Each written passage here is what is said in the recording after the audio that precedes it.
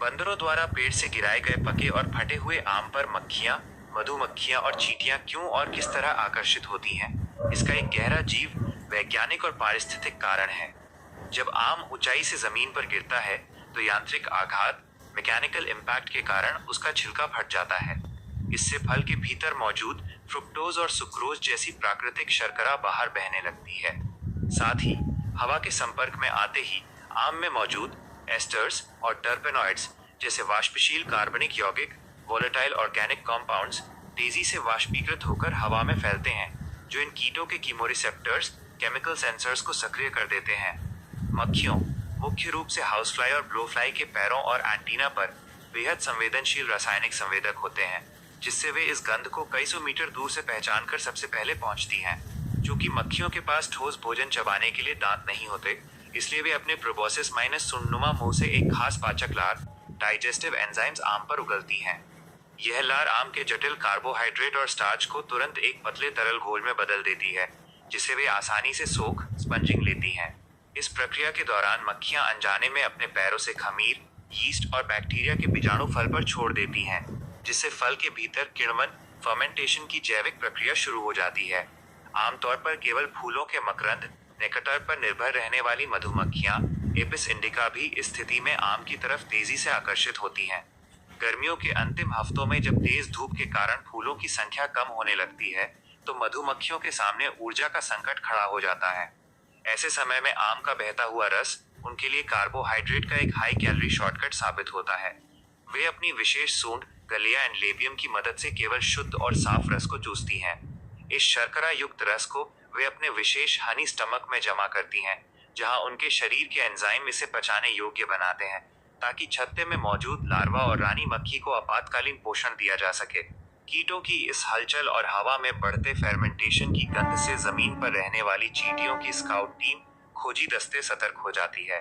आम का पता चलते ही स्काउट चींटियां अपने पेट से हाइड्रोकार्बन फेरोमोन्स नाम का एक अदृश्य रासायनिक रास्ता जमीन पर बनाते हुए अपने बिल की तरफ लौटती हैं। इस गंध का पीछा करते हुए कुछ ही मिनटों में चींटियों की एक विशाल अनुशासित सेना वहां धावा बोल देती है। चींटियों के पास बेहद मजबूत जबड़े, मैंडिबल्स होते हैं, जिससे वे न सिर्फ रस पीती हैं, बल्कि आम के रेशों और गूदे पल्प को छोटे छोटे टुकड़ों में काट देती हैं। वे इन टुकड़ों को अपनी पीठ पर लाद कर बिल के भीतर मौजूद फंगस गार्डन या फूड स्टोरेज चैम्बर्स में ले जाती हैं, जो आने वाले मानसून या सर्दियों के दिनों में पूरी कॉलोनी का पेट भरता है। अंततः बंदरों की इस उछल कूद से गिरा हुआ आम प्रकृति के न्यूट्रिएंट साइक्लिंग यानी पोषण चक्र को गति देता है। यदि ये तीनों कीट मिलकर इस आम को कुछ ही घंटों में साफ न करें, तो फल में अवायवीय श्वसन, एनारोबिक रेस्पिरेशन होने लगेगा, जिससे हानिकारक रोगजनक बैक्टीरिया, पैथोजेंस और फंगस पनपेंगे, जो पूरे बगीचे में बीमारियां फैला सकते हैं। इन कीटों द्वारा आम का पूरा रस और गूदा खा लिए जाने के बाद केवल उसकी सख्त गुठली, सीड कोट और सूखा छिलका ही बचता है।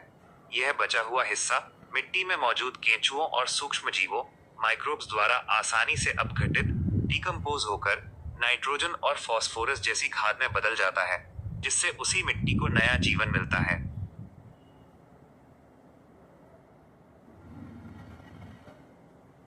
अक्सर फूलों के पराग और मकरंद, नेक्टर पर पलने वाली भारतीय मधुमक्खियां, एपिस इंडिका भी ऐसी परिस्थिति में आम के रस की ओर तेजी से खींची चली आती हैं। गर्मी के आखिरी दिनों में जब भीषण तपिश के चलते प्रकृति में फूल सिमटने लगते हैं और मकरंद सूख जाता है, जिसे वैज्ञानिक भाषा में डर्थ पीरियड कहते हैं, तब मधुमक्खियों के छत्ते के सामने भोजन और नमी, हाइड्रेशन का एक बड़ा संकट आ खड़ा होता है। इस कठिन समय में जमीन पर टूटा पड़ा पका आम इनके लिए कार्बोहाइड्रेट, पानी और भारी ऊर्जा का एक आसान शॉर्टकट बन जाता है।